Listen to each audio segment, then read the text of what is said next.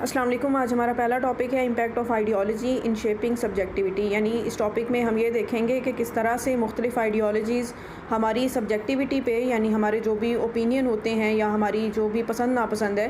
ان پہ کس طرح سے اثر انداز ہوتی ہیں۔ تو یہاں ہمارے پاس جو پہلی چیز ہے وہ ہے بلیف سسٹم، یعنی جو آئیڈیالوجیز ہیں وہ ہم انسانوں کو رولز، ویلیوز اور بلیفز کا ایک پورا پیکج فراہم کرتی ہیں۔ یعنی جب کوئی انسان کسی ایک آئیڈیالوجی کو اپنا لیتا ہے تو وہ اس کے بیلیفز یا اس کے دل اور دماغ میں مکمل طور پہ جذب ہو جاتی ہے، اور پھر وہی آئیڈیالوجی اس انسان کی سبجیکٹیوٹی یا اس کے ذاتی شعور کی بنیاد بن جاتی ہے، اور پھر اس انسان کے لیے دنیا میں کیا چیز امپورٹنٹ ہوگی، وہ کس چیز کو صحیح سمجھے گا، کس کو غلط سمجھے گا، ان تمام چیزوں کا فیصلہ وہ اسی آئیڈیالوجی یا بلیف کے تحت کرے گا۔ پھر دوسرا پوائنٹ ہے ہمارے پاس سوشلائزیشن اینڈ کنڈیشننگ۔ اس چیز کو ہم پہلے بھی ڈسکس کر چکے ہیں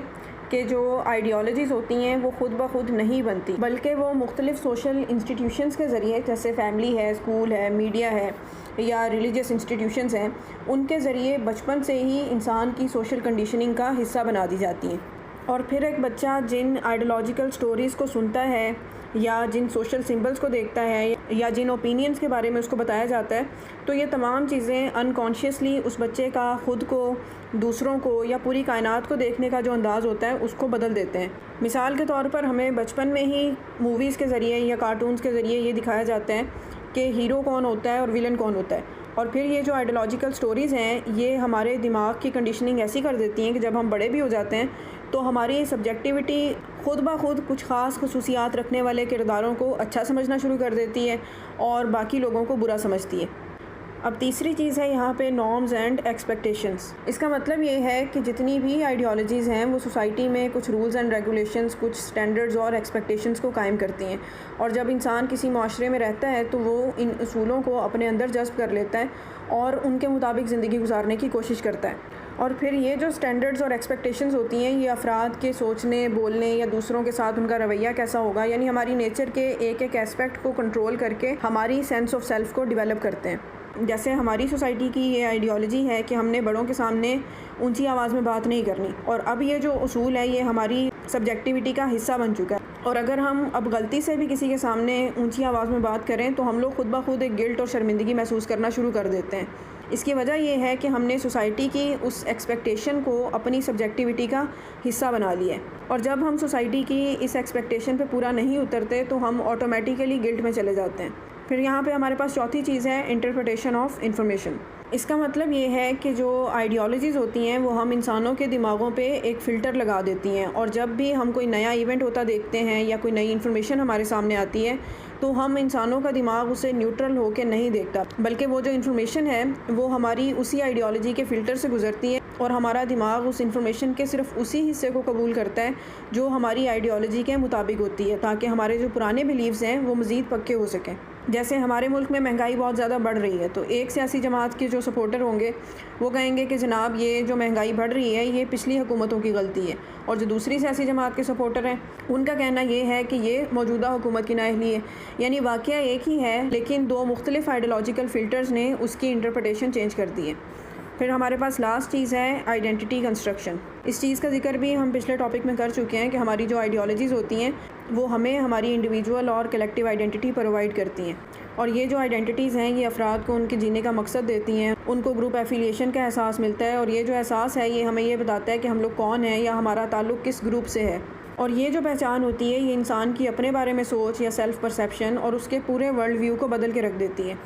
جیسے اگر آپ اپنے آپ کو ایک پاکستانی یا ایک مسلم کی آئیڈینٹی میں دیکھتے ہو تو آپ کی سبجیکٹیوٹی میں اپنے ملک سے پیار، اپنے دین سے محبت، اسی طرح اپنے ملک یا اپنے دین کے لیے قربانی کا جذبہ، یہ ساری کی ساری چیزیں خود بخود پیدا ہو جاتی ہیں، اور آپ دنیا کو ایک الگ نظر سے، ایک الگ رسپانسیبل نظر سے دیکھنا شروع کر دیتے ہو۔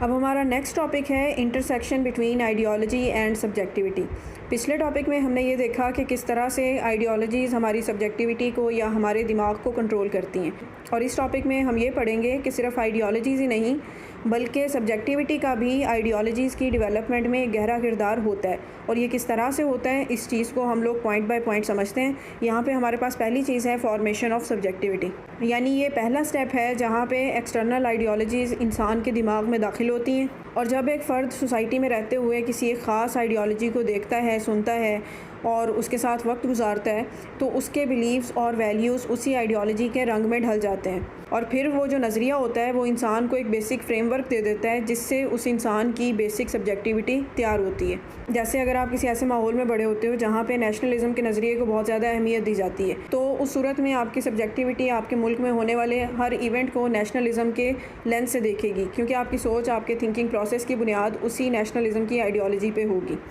پھر اس کی دوسری چیز ہے فلٹرڈ انٹرپریٹیشن۔ یہ اسی عمل کا سیکنڈ سٹیپ ہے، یعنی جب بھی کوئی آئیڈیالوجی انسان کے سامنے آتی ہے تو انسان کا دماغ ایک خالی سلیٹ کی طرح نہیں ہوتا، اس لیے وہ اس آئیڈیالوجی کو بالکل ویسے ہی قبول نہیں کرتا، بلکہ وہ اس کو اپنے ماضی کے تجربات، اپنے جو پرسنل پریجوڈسز ہیں یا جو بھی اس کا کلچر ہے، ان تمام چیزوں کے فلٹر سے گزار کے سمجھتا ہے۔ اور یہی وجہ ہے کہ جب ایک ہی آئیڈیالوجی الگ الگ لوگوں کے دماغ میں داخل ہوتی ہے تو وہ بالکل مختلف شکل اختیار کر لیتی ہے۔ پھر تیسری چیز ہے ہمارے پاس ری انفورسمنٹ اینڈ کنفرمیشن۔ اس کا مطلب یہ ہے کہ انسان ہمیشہ ان آئیڈیالوجیز کی طرف اٹریکٹ ہوتا ہے جو اس کی اپنی سوچ اور اس کے ایکسپیرینسز سے میچ کرتی ہوتی ہیں، اور جب بھی کوئی آئیڈیالوجی انسان کے اپنے انٹرنل ایموشنز کے ساتھ، اس کی فیلنگز کے ساتھ میچ کرتی ہیں تو اس صورت میں انسان کو ایک ویلیڈیشن یا اس کے دل کو ایک اطمینان ملتا ہے، اور وہ انسان یہ سوچنا شروع کر دیتا ہے کہ میری سوچ بھی یہی تھی، اور یہ جو آئیڈیالوجی ہے یہ بھی بالکل میری سوچ کی طرح ہی ہے، یہ بھی وہی چیزیں کہہ رہی ہے جو میں سوچتا ہوں، اور پھر ایسی صورت میں ہماری اپنی جو سیلف اور آئیڈینٹی ہوتی ہے وہ مزید پکی ہو جاتی ہے۔ پھر چوتھی چیز ہے سبجیکٹیو اپروپریشن۔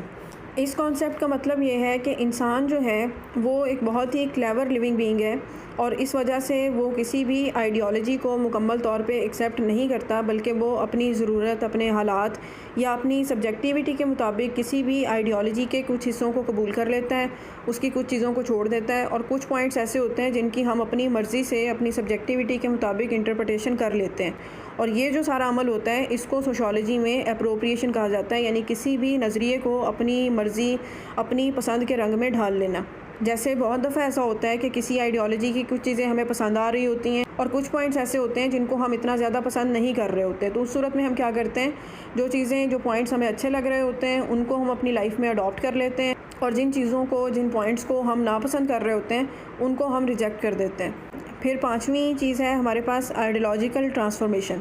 اس کا مطلب یہ ہے کہ انسان اپنی کریٹیکل تھنکنگ کے ذریعے یا زندگی میں جو بھی نئی چیزیں ایکسپیرینس کرتا ہے ان کے تھرو اپنی پرسنل سوچ کو یا اپنی آئیڈیالوجیز کو چیلنج کرتا ہے، اور وقت کے ساتھ ساتھ انسان کے جتنے بھی پرانے نظریات ہوتے ہیں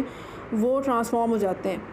یعنی جو آئیڈیالوجیز ہوتی ہیں یہ کبھی بھی اسٹیٹک نہیں ہوتی ہیں، وقت کے ساتھ جیسے جیسے انسان نئی چیزیں ایکسپیرینس کرتا ہے تو ساتھ ہی اس کی آئیڈیالوجیز بھی ایوالو ہوتی رہتی ہیں۔ اب اگلا ہمارا ٹاپک ہے the mutual influence of ideology and subjectivity, یعنی اس میں ہم یہ دیکھیں گے کہ کس طرح سے آئیڈیالوجیز انسان کی سبجیکٹیوٹی کو تبدیل کرتی ہیں، اور پھر بدلے میں انسان کا شعور یا اس کی سوچ جو ہے وہ کس طرح سے آئیڈیالوجیز پہ اثر انداز ہوتا ہے۔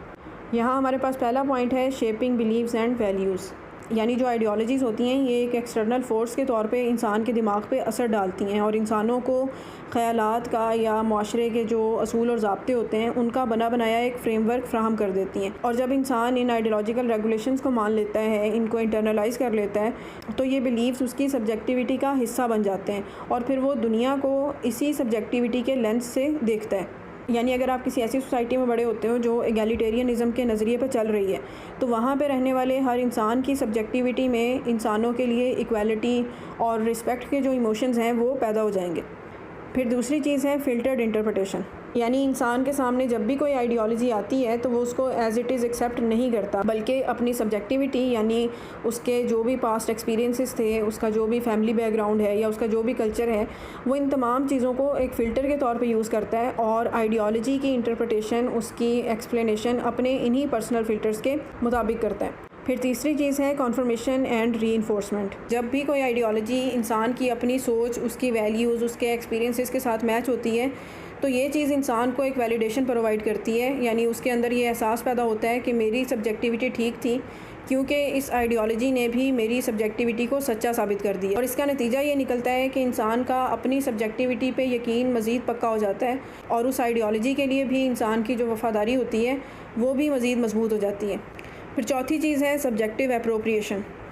یہ چیز بھی ہم پہلے ڈسکس کر چکے ہیں کہ انسان کبھی بھی کسی بھی آئیڈیالوجی کو ایز اٹ از ایکسیپٹ نہیں کرتا، بلکہ وہ اس کو پرسنلائز کر لیتا ہے، یعنی وہ آئیڈیالوجی کے صرف انہی ایلیمنٹس کو، صرف انہی پوائنٹس کو ایکسیپٹ کرتا ہے جو اس کے اپنے آبجیکٹیوز، اس کے ایموشنز یا اس کی لائف کے جو بھی سرکمسٹانسز ہوتے ہیں ان کے ساتھ میچ کر رہے ہوتے ہیں۔ اور یہ جو پرسنلائزیشن ہوتی ہے، اس کے ذریعے انسان آئیڈیالوجیز کو اپنی زندگی کے لیے زیادہ میننگ فل اور فائدہ مند بنا لیتا ہے۔ پھر پانچویں چیز ہے ٹرانسفارمیشن اینڈ ایوولوشن۔